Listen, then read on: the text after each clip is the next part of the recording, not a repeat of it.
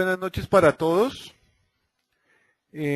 Vamos a dar inicio a nuestra segunda charla del Plan Automation Master acerca de protecciones de motores, la cual aplica para muchos tipos de motores en baja, en media tensión, aunque el énfasis que vamos a hacer, por ser el sector donde trabajamos, principalmente en baja tensión.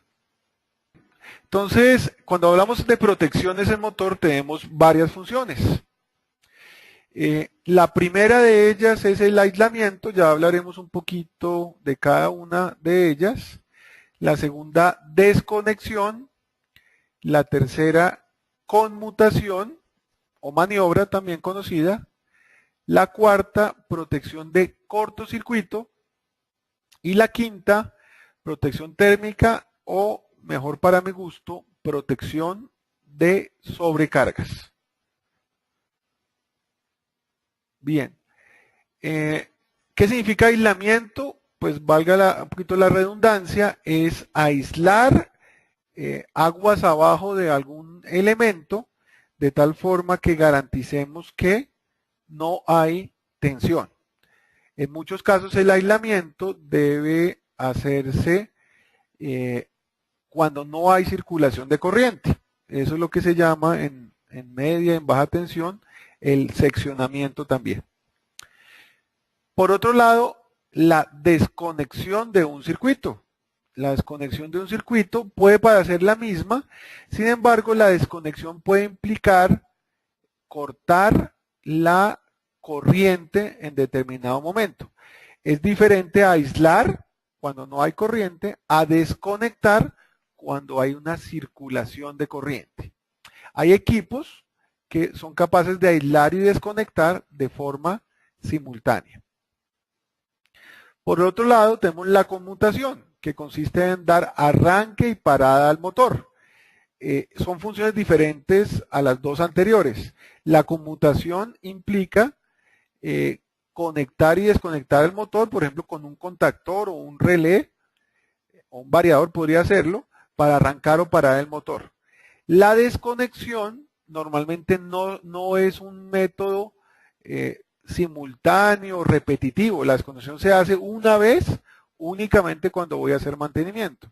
Mientras que la conmutación se hace de forma repetitiva para arrancar y parar el motor según nuestras funciones. Bien, la cuarta que vemos la protección de cortocircuito. Y normalmente dispara o desconecta, y la función de cortocircuito la veremos con más detalle más adelante. Principalmente se presenta cuando hay un accidente o alguna cosa no deseada.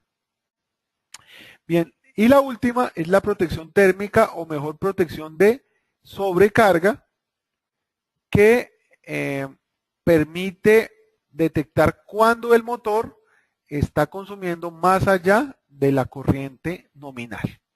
Ya veremos estas protecciones con más detalle. Bien, aquí tenemos un diagrama unifilar, lástima que está en español, en inglés, no está en español, pero tenemos esas funciones ya sobre un diagrama unifilar. Vamos a tratar de recorrerlo acá. Entonces, esta primera parte, fíjense, puede ser un equipo que tenga aislamiento y protección de cortocircuito. Por otro, control, maniobra o conmutación, el contactor. Y por otro lado, tenemos la protección térmica o protección de sobrecargas, que veremos más adelante. Sin embargo, hay algunas otras funciones que podemos tener en cuenta, como fallas a tierra y otras funciones más que trataremos de ver a continuación. Bien, habíamos hablado en la charla pasada de varios tipos de arranques y control de motor. En este caso nos concentraremos en las protecciones y algunos elementos para los arranques directos, la inversión de giro, algunos arrancadores integrados que veremos rápidamente, los controladores para motor. En la siguiente charla nos enfocaremos, las dos charlas siguientes, trabajaremos los arrancadores suaves y los variadores de velocidad. Aquí nos enfocaremos en esta parte, aunque parte de las protecciones también se utilizan en estos dos.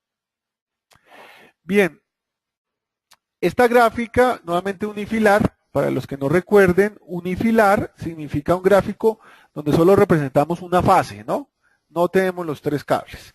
Vemos tres tipos de arranque, diferentes tipos de arranque, en los cuales podemos tener un variador de velocidad, un contactor, algunos elementos como fusibles. Entonces es posible que tengamos algunas combinaciones de ellos. Muy bien.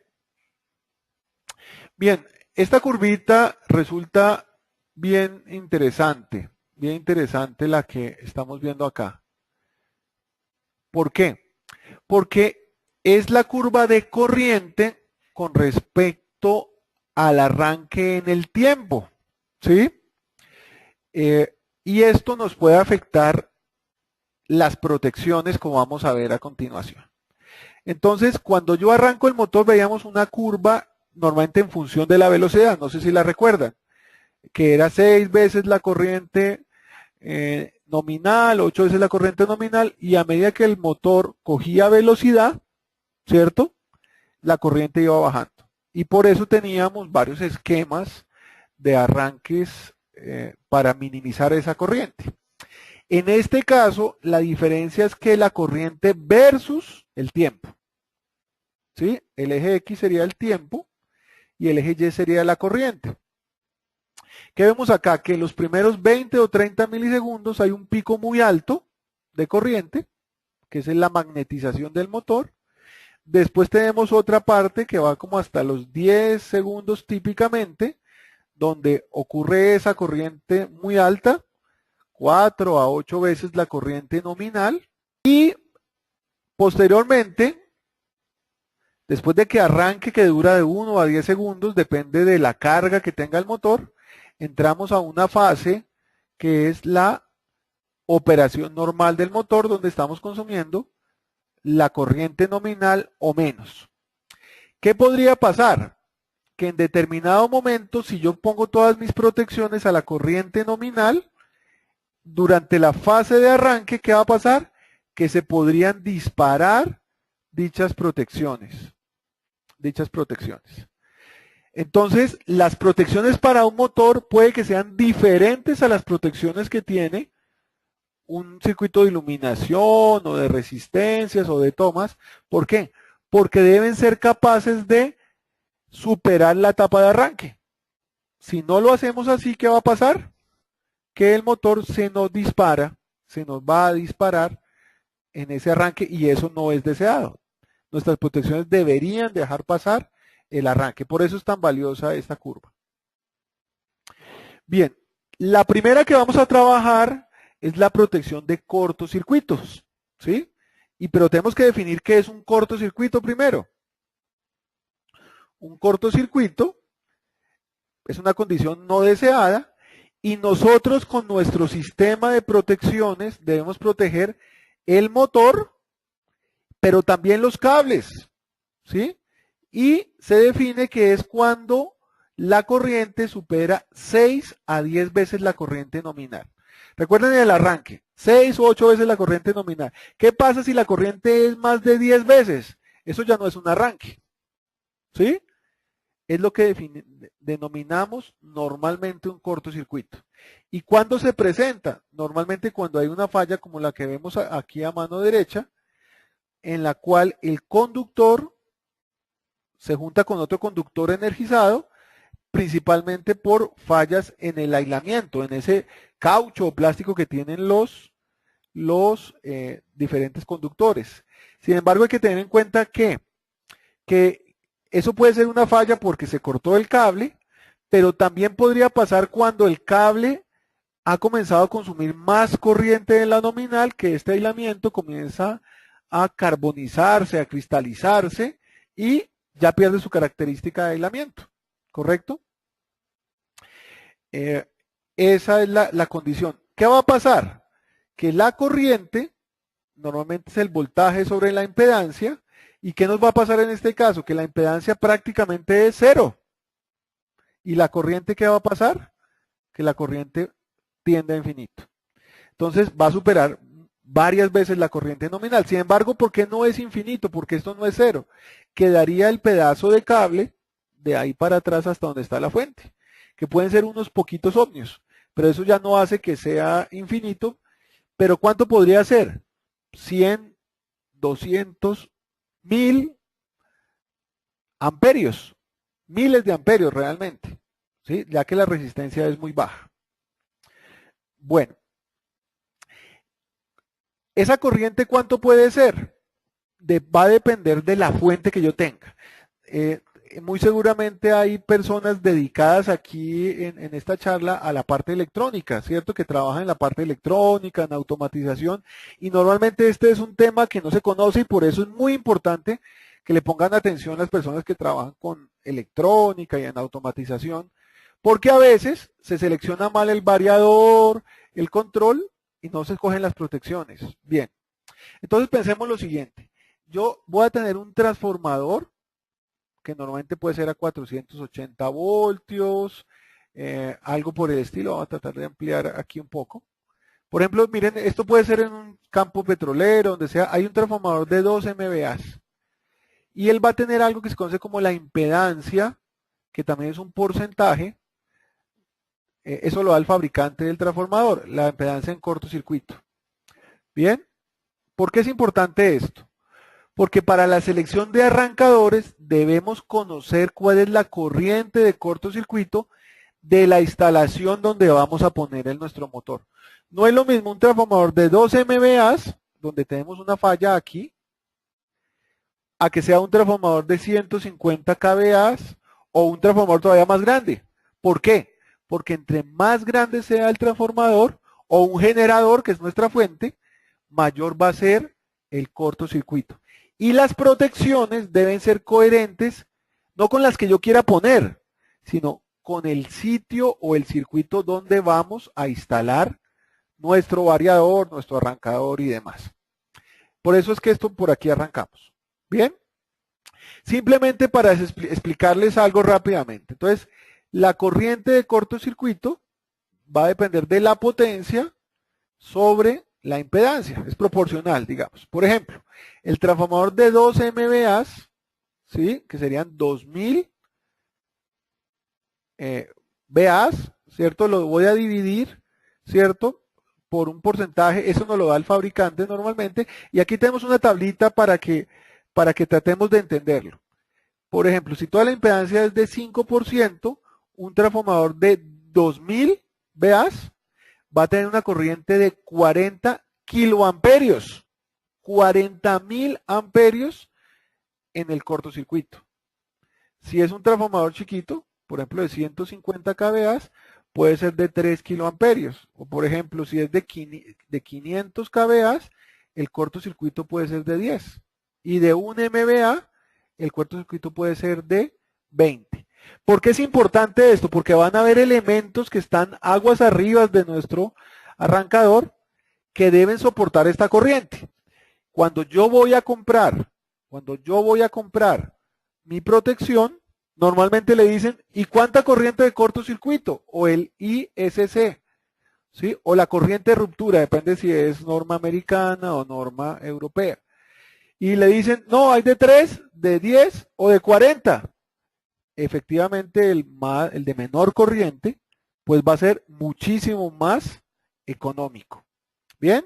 Entonces, debo preguntar siempre cuánto es la corriente o cuál es la potencia de mi fuente y con base en eso instalo unas protecciones de aguas arriba de mi motor. Bien, cuando se presenta un cortocircuito, si miramos el tiempo en el eje X, el eje Y, perdón, versus la corriente, debemos cortar lo más rápido posible, ¿sí? Y esa es la curva de disparo que debe tener nuestra protección. Esta curva, ¿quién la va a tener? Normalmente lo van a tener dos componentes, que son los interruptores o circuit breakers o los fusibles. Y debe ser muy corta, debe ser de un tiempo de milisegundos, 10, 20, 30 milisegundos muy rápido.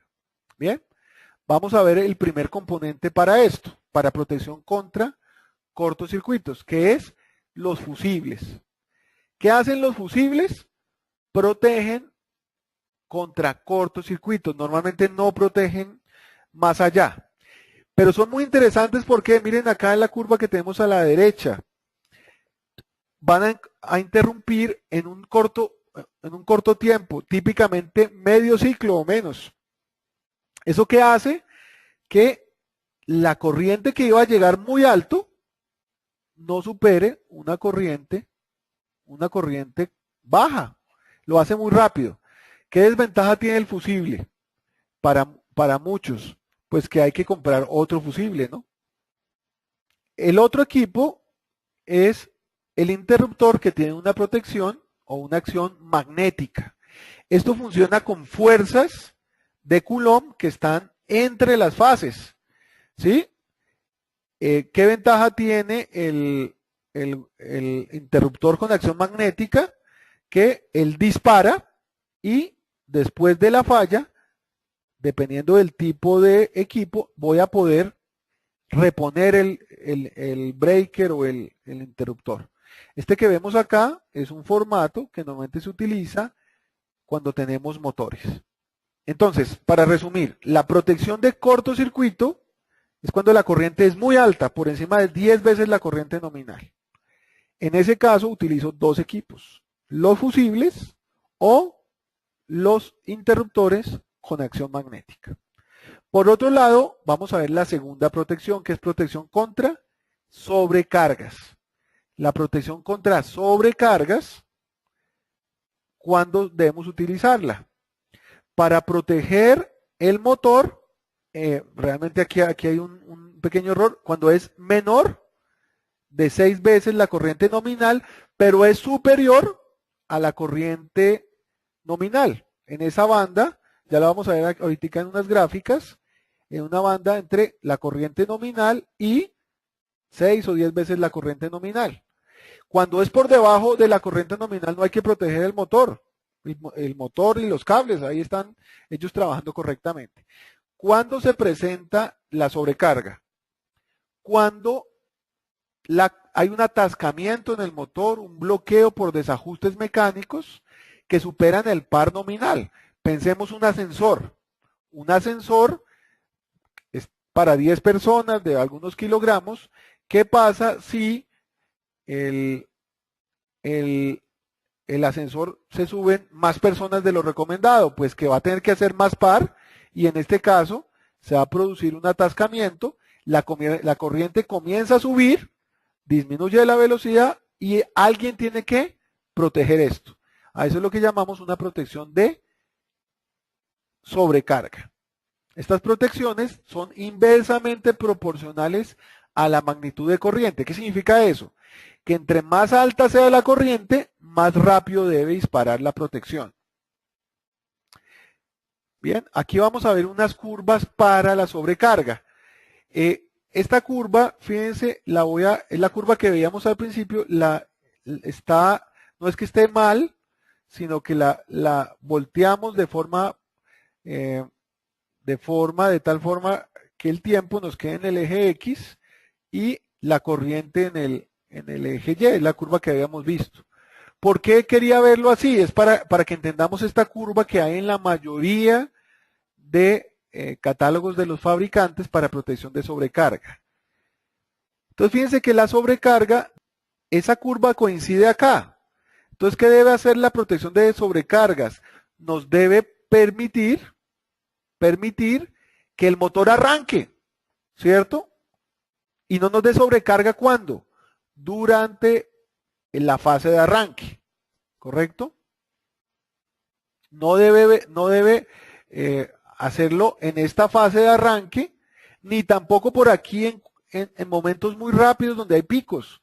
Únicamente, fíjense, la hay para, veamos el eje X, cuando la corriente supera 1.05 veces la corriente nominal, a veces 1.20, 1.25 de acuerdo a la norma, ¿cierto?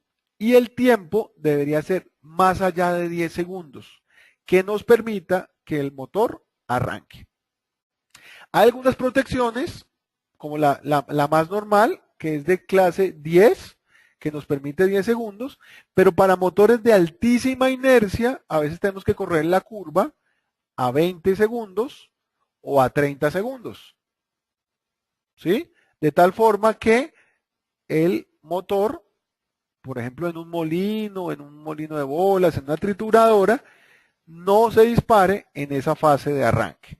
Ese sería un caso de protección de sobrecargas. Esta protección debería soportar nuevamente la curva de arranque del motor. ¿Cómo se hace esto? Normalmente el más utilizado es el famoso relé térmico bimetálico. Ese relé térmico bimetálico es un componente que tiene dos laminillas de dos materiales diferentes, por eso se llama bimetálico. Y estas laminillas tienen un coeficiente de dilatación diferente.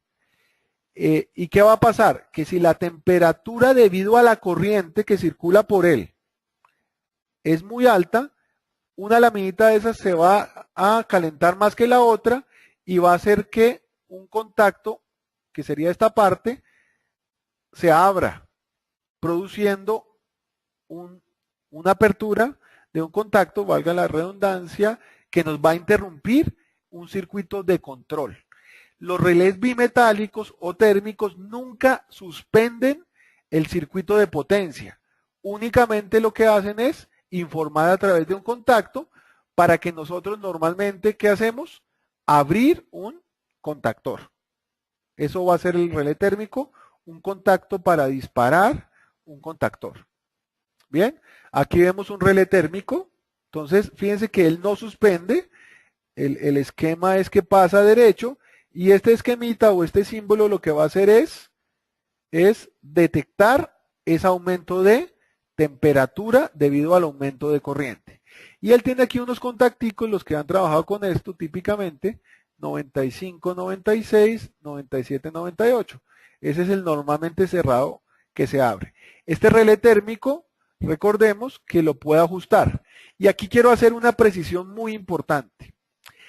No debería uno ajustar el dial de corriente cuando se dispara el relé térmico. ¿Por qué? Porque estoy engañando la protección.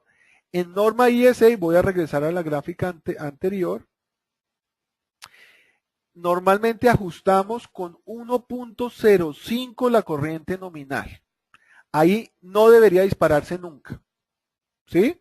Entonces, supongamos si es de 7 amperios, yo pongo el dial de mi relé térmico en 7 amperios. O 7 multiplicado por 1.05. ¿Correcto? En la norma NEMA o norma americana, normalmente lo hacemos a 1.25 veces la corriente nominal. Entonces, y no debería cambiarlo. Esto debería ajustar, yo hago el cálculo, cuánto es 1.05 la corriente nominal, mejor basado en la placa del motor, y voy y ajusto. ¿Correcto? No tengo que tocar eso nunca más. Si se me está disparando es porque realmente hay una sobrecarga en el motor, ¿cierto? ¿Qué pasa si me está disparando? Puede que esté produciendo una sobrecorriente y tengo que ir a medir en el motor. Bien, hoy día estos equipitos que tenemos aquí a mano izquierda resultan muy interesantes, que son protecciones de sobrecarga de tipo electrónico. ¿Sí? Ellos van a tener, fíjense acá, su contacto 95-96 y también van a interrumpir y van a desenergizar el contactor, como cualquier sistema.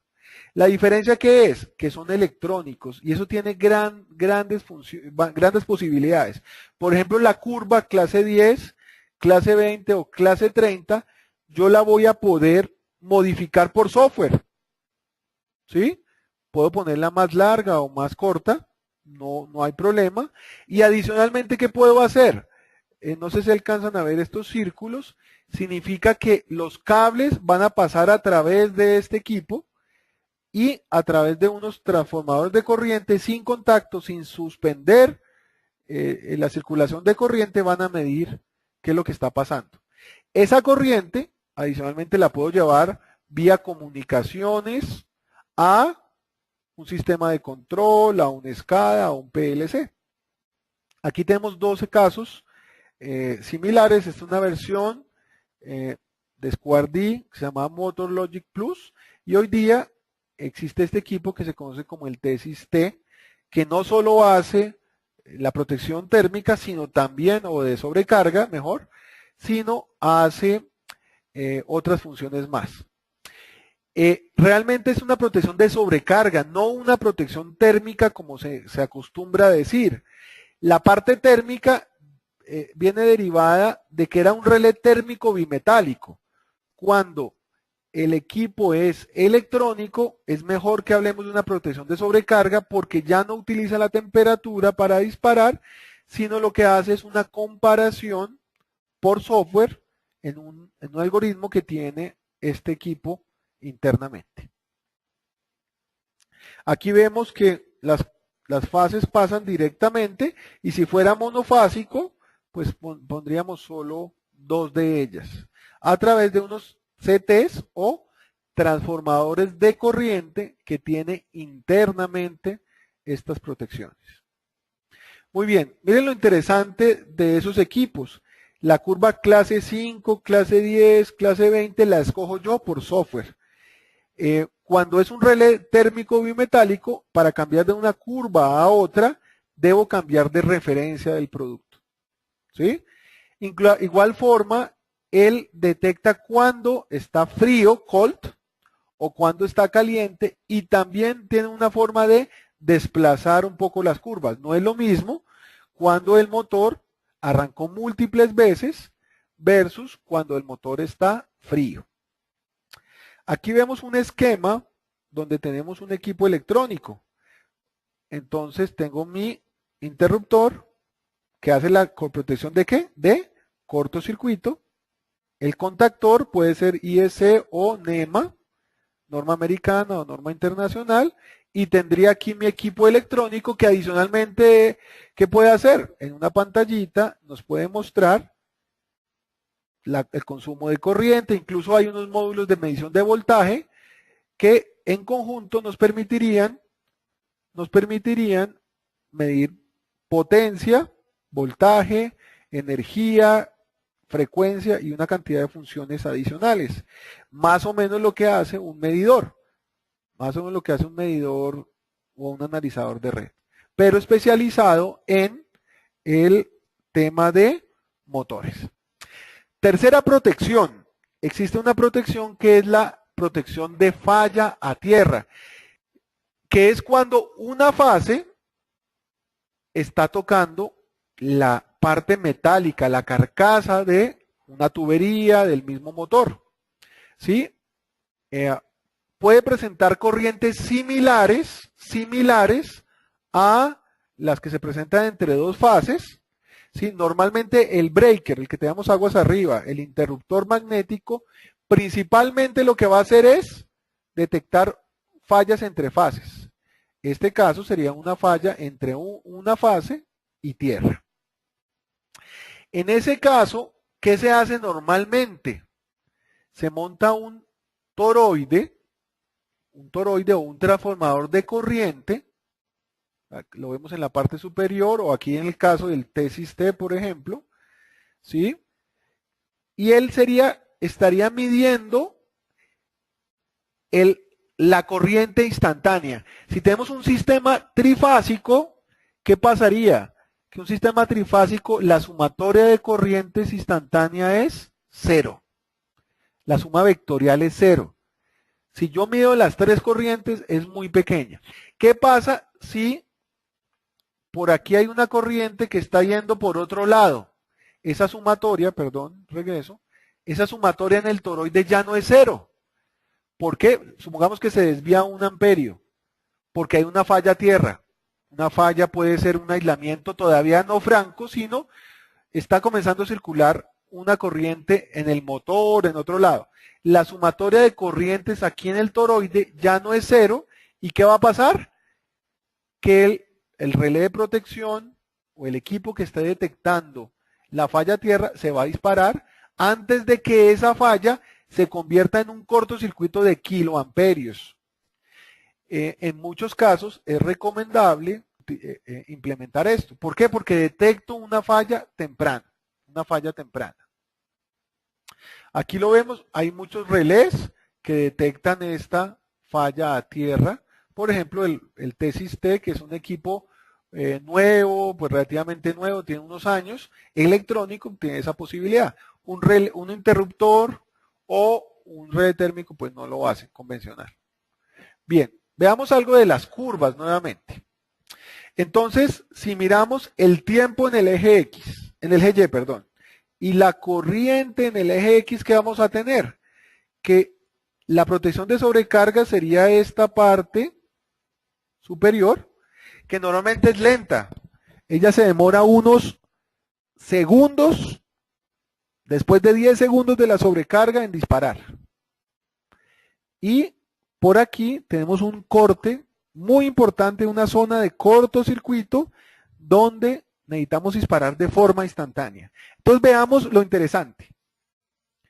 La parte más abajo y más a la izquierda son corrientes altas, muy altas de cortocircuito que tenemos que interrumpir de forma muy corta en el tiempo.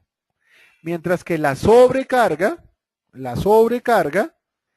van a ser corrientes no tan altas, se demoran unos segundos, pero que son asintóticas ¿a quién? Asintóticas a la corriente nominal. En muchos casos encontramos protecciones termomagnéticas. Termomagnéticas porque tienen la sobrecarga más el cortocircuito. Pero también que encuentro equipos, protecciones solo magnéticas y en otro caso protecciones solo térmicas como es el relé térmico. Bien. Aquí vemos una curva muy interesante donde tenemos, voy a tratar de utilizar el resaltador. Bien, esta verde tendríamos que es la curva de una protección termomagnética, un breaker de los que utilizamos normalmente. Por otro lado, aquí tenemos el fusible. No sé si alcanzan a apreciarlo, era el color morado. Voy a borrar para ver el fusible. ¿Sí? Fíjense que el fusible, ¿qué pasa? Que normalmente está un poco más abajo. Bien. Entonces aquí tengo el fusible es más rápido, pero no nos va a proteger esta zona de sobrecargas, actúa más rápido el relé térmico.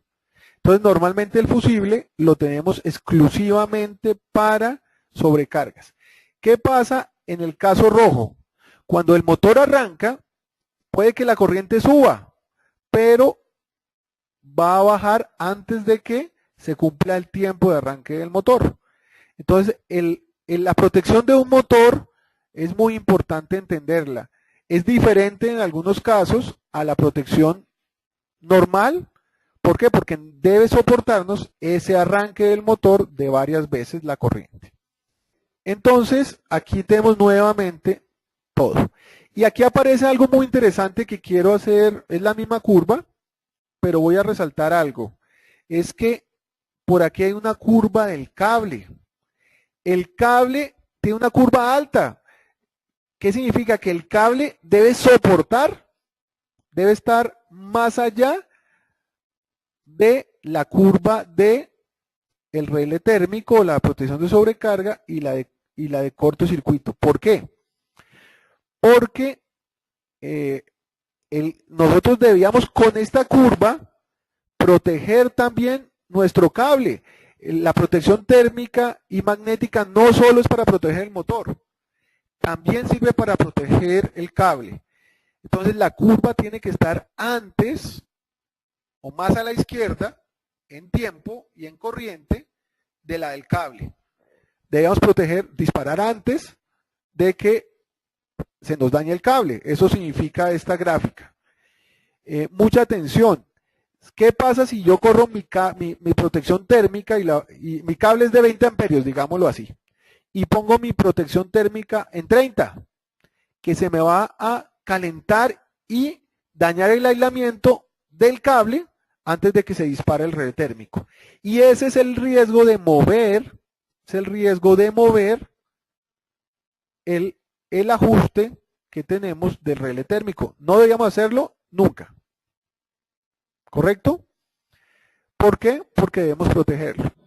Bien, veamos este caso que es muy interesante. ¿Qué pasa si tengo un breaker, el D1, y un breaker, el D2? ¿Sí? Si miramos, esto es lo que se llama la curva de coordinación, voy a tocarla rápidamente. ¿Qué pasa? El breaker de arriba, que sería el D1, tiene una curva más a la derecha.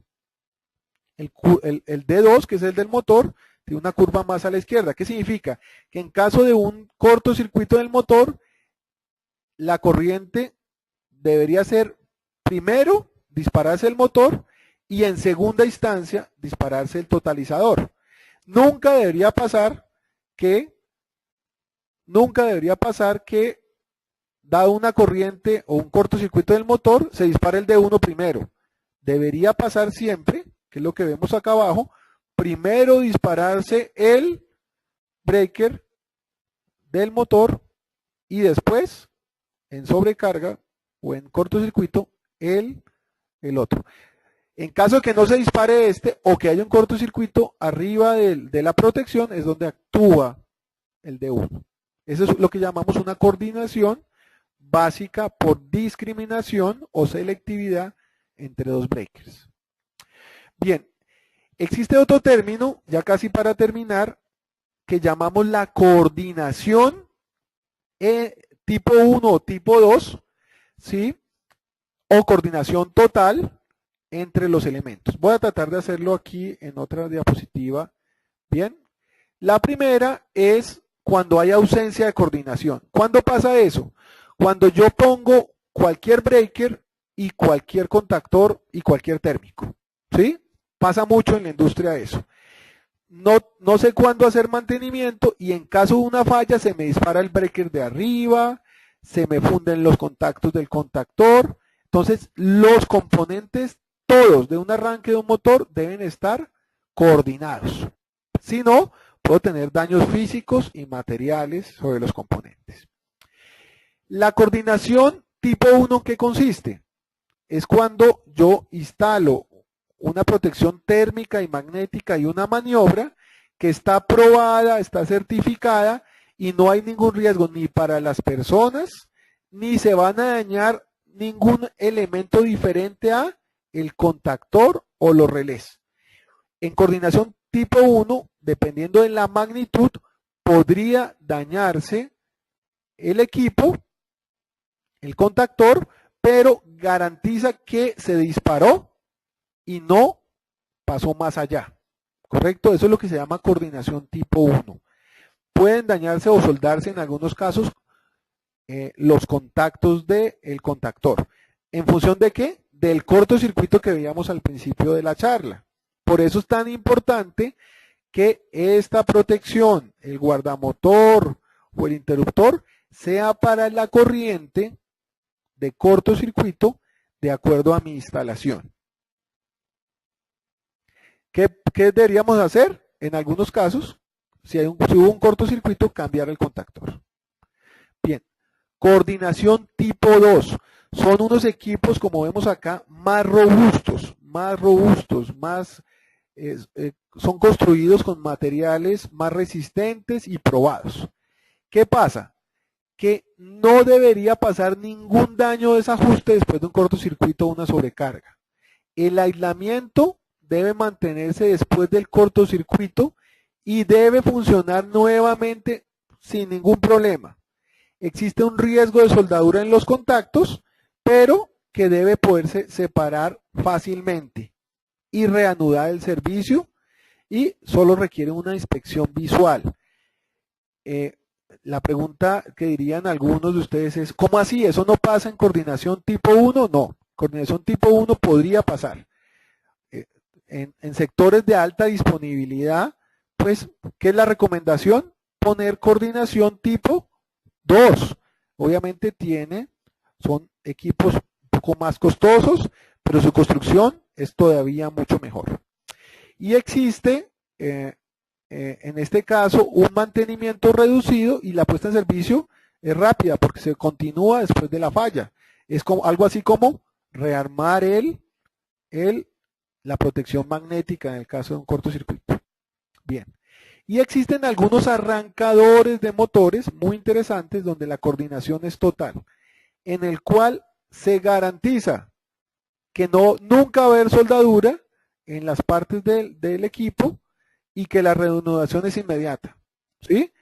¿Dónde necesito eso? Cuando necesito que la continuidad del servicio, ¿por qué? Porque tenemos que prestar un servicio de acueducto, de energía, de petróleo en mi instalación, vale tanto que necesito garantizar una reparación rápida o que se pueda reiniciar rápidamente. En este caso, esto es un arrancador integrado que se conoce como el TESIS-U, que es un equipo que tiene coordinación total. Muy pocos fabricantes garantizan esto, que está en la norma IS 947.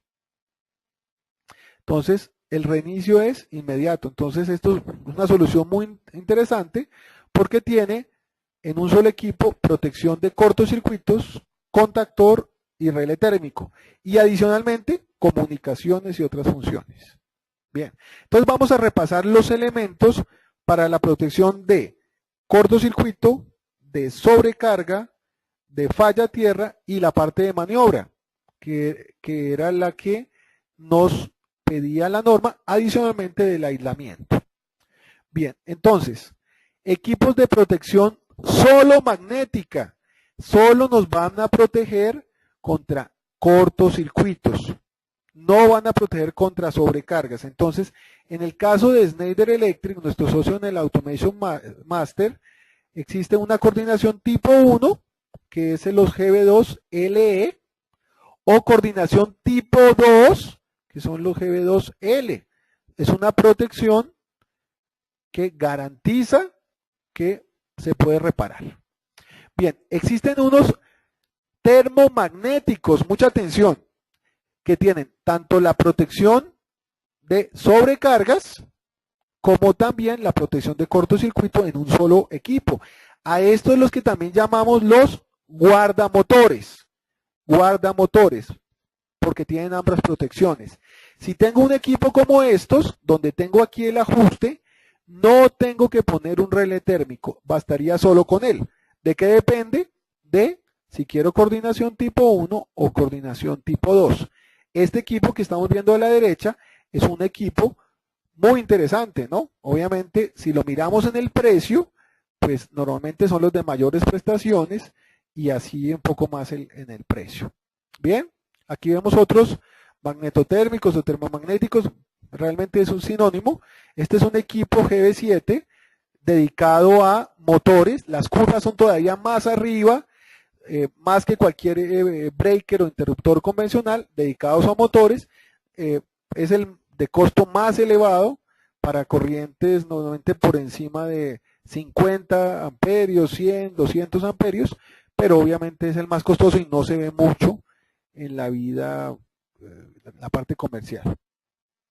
Bien, entonces voy a volverme un momento a repasar algunos conceptos. Protección magnética.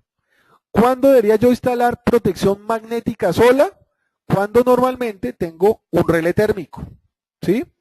Hay otro caso también muy interesante. Cuando instalo variadores de velocidad, arrancadores suaves, en los cuales ellos incluyen la protección térmica o sobrecarga, puedo instalar un equipo como este. Volvamos aquí. Entonces, la protección magnética solita, ¿cuándo la instalo? Cuando hay otro dispositivo que hace la protección térmica, como un relé térmico, como un relé electrónico, como el TESIS-T o el Motor Plus, que lo veíamos ahorita, o incluso el variador. Los variadores de velocidad también tienen la protección de sobrecarga. Entonces, en ese caso, puedo instalar solo la protección magnética. ¿Bien? ¿Cuándo instalo un termomagnético? Cuando quiero simplificar equipos. Pongo el termomagnético, magnetotérmico y pongo el contactor y ya. Solo dos elementos, ¿correcto? Cuando pongo solo magnético, contactor y térmico, tengo tres elementos. En este caso, magnetotérmico, termomagnético, es lo mismo. y contactor tendría solo dos elementos. Bien. El contactor, recuerden que hace la maniobra, sirve para on-off, ¿sí? Voy a regresar nuevamente y qué pena la interrupción. Normalmente todos estos protecciones magnéticas y termomagnéticas cumplen también las dos funciones de aislamiento y desconexión. La hacen ellos. Entonces, en un equipo de estos, típicamente cumplo las tres primeras que veíamos al principio de la charla. La protección de cortocircuito, la desconexión y el aislamiento, todos en una sola. Eso nos lo pide la norma. ¿Sí? ¿Cuál es la otra función? Maniobra o conmutación. Eso lo hace el contactor. Aquí vemos contactores tipo IEC internacionales. Estos son típicamente para 50, 60 Hz. Y por otro lado, tengo contactores tipo NEMA. Son contactores que normalmente de fabricación norteamericana se utilizan en México, Canadá y Estados Unidos. ¿Correcto? Estos contactores, ¿qué tema tienen? Normalmente, físicamente son más grandes, son más robustos. El número de maniobras que requieren la norma NEMA es mayor. Los usuarios de estos contactores normalmente no se quejan de que se les daña la bobina, pero el precio normalmente es mucho mayor, 2 o 3 veces el costo de un contactor tipo IEC. Sin embargo, si el contactor IEC está muy bien dimensionado, normalmente, y la protección térmica y la magnética son las que son, no deberíamos tener falla en el contactor. ¿Dónde comienzan los problemas? Cuando subdimensionamos o hacemos ajustes que no deberían ser. Bueno, entonces aquí vemos un arrancador directo. Este término DOL, qué pena, no está traducido, lo voy a tratar de poner por aquí. En inglés significa direct,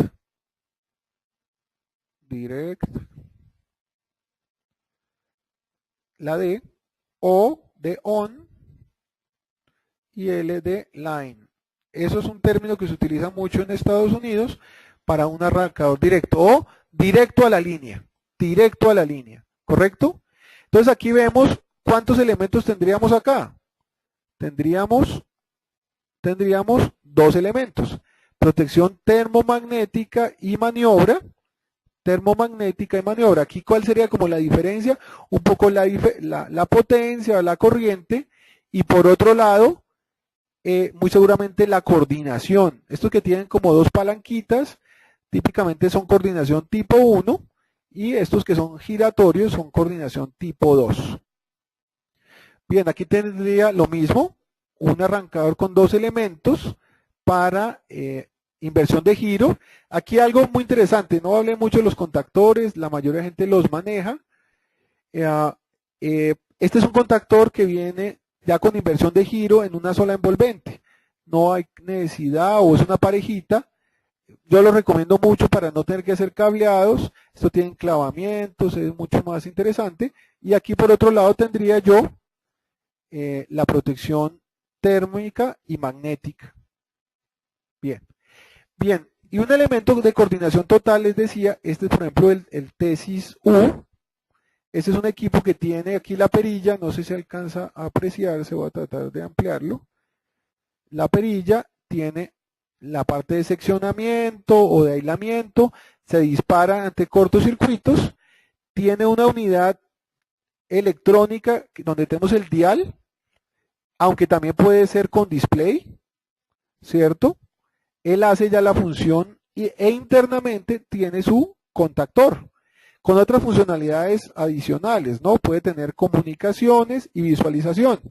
Esto pues nos ahorra en temas de cuando queremos monitoreo, nos ahorra tener que hacer una cantidad de cosas porque en un solo elemento tengo todo, ¿sí? Tengo todo, y un equipo de estos puede costar más o menos entre 2.5 y 3 veces lo que vale un arrancador coordinación tipo 1 o 1.5 veces lo que vale uno coordinación tipo 2, ¿no? Lo interesante es que hay coordinación total, que garantiza que no vamos a tener fallas y podemos rearrancar inmediatamente. Para integrarlo a temas de automatización, pues resulta muy interesante, ¿sí? Entonces es como para que identifiquemos los elementos. Entonces, si tengo 3 elementos, tengo protección magnética por un lado, contactor y relé térmico. Si tengo 2 elementos, un guardamotor, térmica y magnética, más el contactor, y un solo elemento, como este que es el tesis U, tengo en un solo equipo todos los elementos. ¿Bien? Bien. La última protección de la cual vamos a hablar, y ya casi vamos finalizando, y entramos a 10 minutos de preguntas, es la protección de sobretemperatura en los devanados del motor. Mucha gente confunde la protección térmica con la sobretemperatura en los devanados. Para ello, vamos a mirar un poco las normas y qué nos pide con respecto a las temperaturas de devanados. Hay unas clases que normalmente en NEMA, que es lo más común, se denominan con unas letras A, B, F, y en IEC también, Y, A, B. Entonces fíjense que en IEC, voy a tratar de poner el puntero por acá, el F se acostumbra en ambas normas y es un aislamiento bastante común que no soporta 155 grados centígrados. Hay unos aislamientos de motores que son menores, por ejemplo los tipo A. Eso normalmente ¿dónde está? Eso lo vemos en la placa del motor. Y en la temperatura que soporta el motor máxima, ¿sí? Aquí vemos también unas grafiquitas, entonces sería la temperatura máxima y hay un margen, este rojito, de seguridad. Eso les va a quedar en la presentación pues para que ustedes lo verifiquen. ¿Qué pasa si supera la temperatura máxima? Que vamos a tener, fíjense, daños en los aislamientos. En algunos casos, ¿qué podemos hacer? Más que proteger térmicamente por la sobrecarga, hoy día con la tecnología que tenemos es montar un sensor de temperatura ya directamente en el estator del motor. ¿Sí? ¿Qué ventaja tiene eso? Que yo voy a estar vigilando permanentemente que no se exceda la temperatura y así no tengamos una corriente alta. Si la temperatura está muy alta en el motor, es motivo para dispararlo. ¿Sí? Esta curvita que vemos acá resulta muy interesante. Entre menos temperatura haya ambiente, mayor va a ser la vida útil. Si la temperatura es mayor, pues la vida útil y el sobrecalentamiento se va a disminuir. Bien, eso es una curva muy interesante que hay que tener en cuenta. La vida útil del motor es inversamente proporcional a la temperatura. Si el sitio es de temperatura ambiente muy alto, la vida del motor normalmente se va a reducir. Bien, entonces vemos que en muchos casos hay relés de protección, o el caso, por ejemplo, del tesis T, que es un elemento muy interesante, que tiene una entrada, que eso es una resistencia variable conocida como PTC, que es capaz de leer la temperatura del motor. A veces compramos un equipo de estos y tenemos en motores medianos y grandes esto ya instalado, solo nos falta cablearlo y obviamente programarlo. En caso que la temperatura exceda, dispara. ¿Cómo funciona eso? Sí, aquí vemos en dos casos diferentes, aquí también tengo inclusive una temperatura por cada bobina, por cada devanado. ¿Sí? Aquí vemos 3, en el anterior teníamos una sola. Bien, ¿cómo funciona eso? El PTC o termistor es una curva, es un equipo que cambia la resistencia drásticamente, fíjense que aumenta cuando la temperatura excede la clase del motor. Entonces, yo puedo comprar un equipito, que es un relé electrónico, que él está mirando esa resistencia. Si superó rápidamente, quiere decir que el motor se calentó. Y él lo que va a hacer es dar un contacto, lo abrirá, y con eso dispararemos el motor. Esto es lo que se conoce como un disparador de termistor o un disparador de temperatura para PTC para motores. Es un elemento también muy interesante. Y ojo, no estamos mirando la corriente, estamos mirando directamente la temperatura. Eso no quiere decir que si instalo muy importante la pregunta que tiene alguien por ahí, si instalo no reemplazo el térmico. Son dos protecciones adicionales. Los equipos electrónicos, como el T-Sys-T, pues ya vienen con una entradita, Z1 y Z2, veámoslo acá, perdón, T1 y T2, para conectar las PTC o termistores que están en el estator del motor. Bien, muy bien. Entonces, los equipos electrónicos de protección, pues tienen control y protección. Aquí una de las grandes ventajas de estos equipos electrónicos, es que podamos poderlos integrar y monitorear directamente en sistemas de automatización. Hoy día, realmente, con la tecnología que tenemos y por un poco más de precio realmente, pero podemos hacer muchas cosas. Diagnóstico, podemos saber la temperatura del motor, podemos ajustar las curvas de clase 10 a clase 20, podemos tener medida de corriente, de voltaje con estos equipos electrónicos. Van muy bien cuando el arranque es directo, potencias normalmente bajas. Si ya queremos variar la velocidad, muchas de estas funciones las hace el variador de velocidad, como lo veremos en las dos siguientes charlas, que son la charla de variación, que tenemos, es tan largo el tema que tomaremos solo 2 charlas de ese tema, y adicionalmente veremos cómo se puede integrar por comunicaciones, ¿correcto?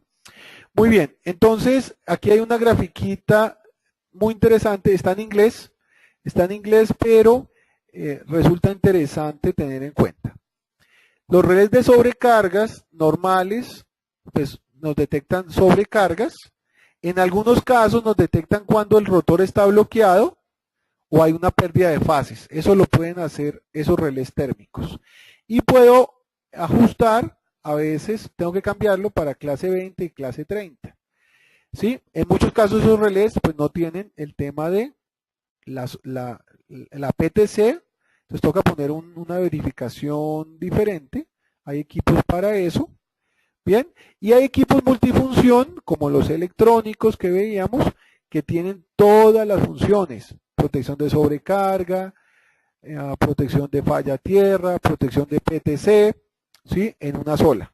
Bien, entonces hoy día hay funciones mucho más allá, ¿no? Y equipos integrados como el T-Sys-U, que hacen todo y son de coordinación total. Bien, solo me faltó otra protección muy interesante.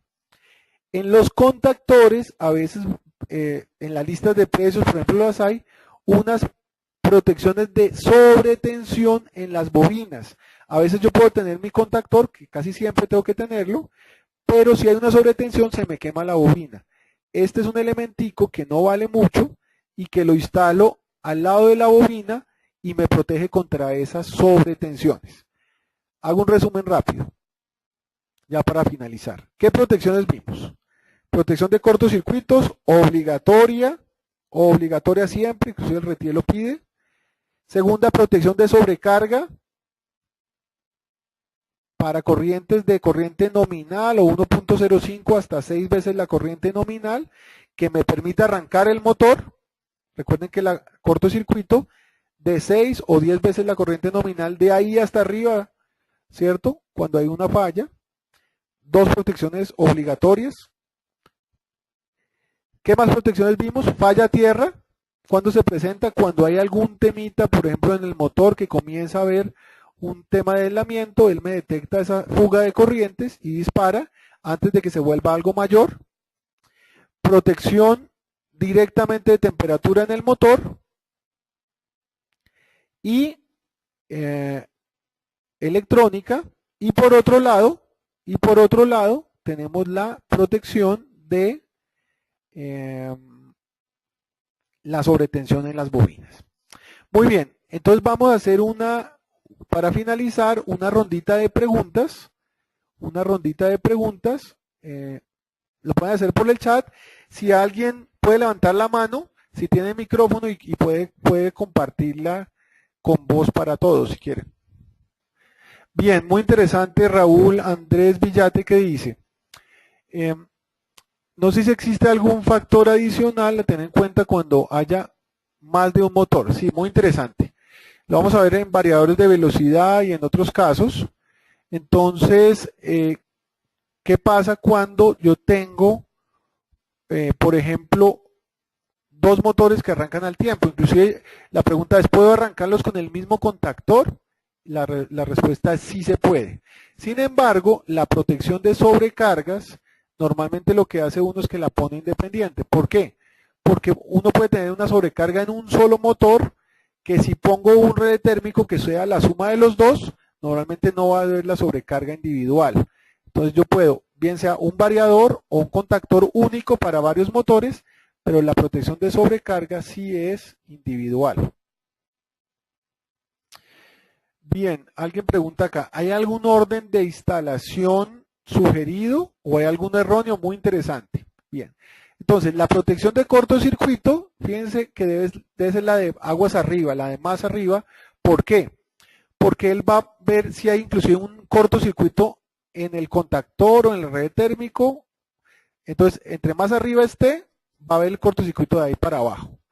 Normalmente sigue el contactor, como lo veíamos en las gráficas, ¿sí? Y el contactor hace la maniobra y aguas abajo del contactor, cuando ya hay corriente, es donde medimos la protección de sobrecargas, con un relé térmico o un relé electrónico. Esa es la secuencia normal. Bien, por aquí Juder David Hernández dice, ¿cómo es el fusible de este varistor? No, el fusible puede ser un fusible o un circuit breaker de riel monopolar que lo monto fuera. Muy bien. El tesis U, dice por aquí Jorge Antonio Gómez, ¿puedo arrancar varios motores? No, el tesis U es un arrancador para uno solo. Bien, pregunta por aquí ahora Diana Pacheco, ¿para media tensión? No, por el momento no. Este tema de Automation Master normalmente es baja tensión, control de motores, protecciones y automatización. No tenemos en esta. Tenemos otros diplomados en media tensión y en distribución, pero en Automation Master solo está enfocado a el tema de baja tensión. Muy bien, si no hay más preguntas, les agradezco. Nuevamente es Martín Gallegos. Yo tendría estas dos charlas. En la siguiente estará otro ingeniero dictando las de variación de velocidad y en cada tema habrá alguno. Dos daticos aquí importantes antes de que se me vayan, por favor, antes de que se vayan. A partir de mañana tendremos dos cosas. Estará el examen abierto, ¿sí? Para que lo presenten. Estará aproximadamente 8 días abierto. Y también vamos a tener los dos videos de estas charlas y las presentaciones, de tal forma que puedan hacer el examen. De igual forma les llegarán unos correitos recordándoles que hagan el examen de certificación. Recuerden que esos exámenes de certificación tienen una cantidad de beneficios, tienen descuentos adicionales en los productos, tendrá otros beneficios. También del Automation Master, Schneider Electric seleccionará la persona que tenga mejores notas. Bueno, vale la pena que hagan los exámenes. Entonces les estaremos recordando. Si hay alguna persona que no haya asistido a las charlas, puede ver la presentación, puede ver el video y hacer el examen, ¿correcto? Entonces, así quedamos, los esperamos que todos presenten el examen. Si hay más de una persona que vio la presentación, pues puede hacer también el examen. Bien, el examen es aproximadamente para ustedes, para que saquen su tiempo, 45 minutos. Y es entre selección múltiple y falso verdadero. ¿Ok? Muy bien. Entonces, una feliz noche para todos y esperamos que sigan participando en esto. Ha sido bastante nutrida el día de hoy y que inviten también a otras personas. Los videos van a estar en el Automation Master, muy importante, y la presentación también, en la página www, la voy a poner acá, www.smart-ing.net/am en mayúscula. Allá tienen que crear su usuario, allá es donde estará allá es donde estará el video y donde estará el video y están también los videos, en las presentaciones, perdón. ¿Correcto? Entonces, muy importante para todos. Muchas gracias entonces, una feliz noche y espero pues que esto esté siendo una comunidad realmente de beneficio para todos.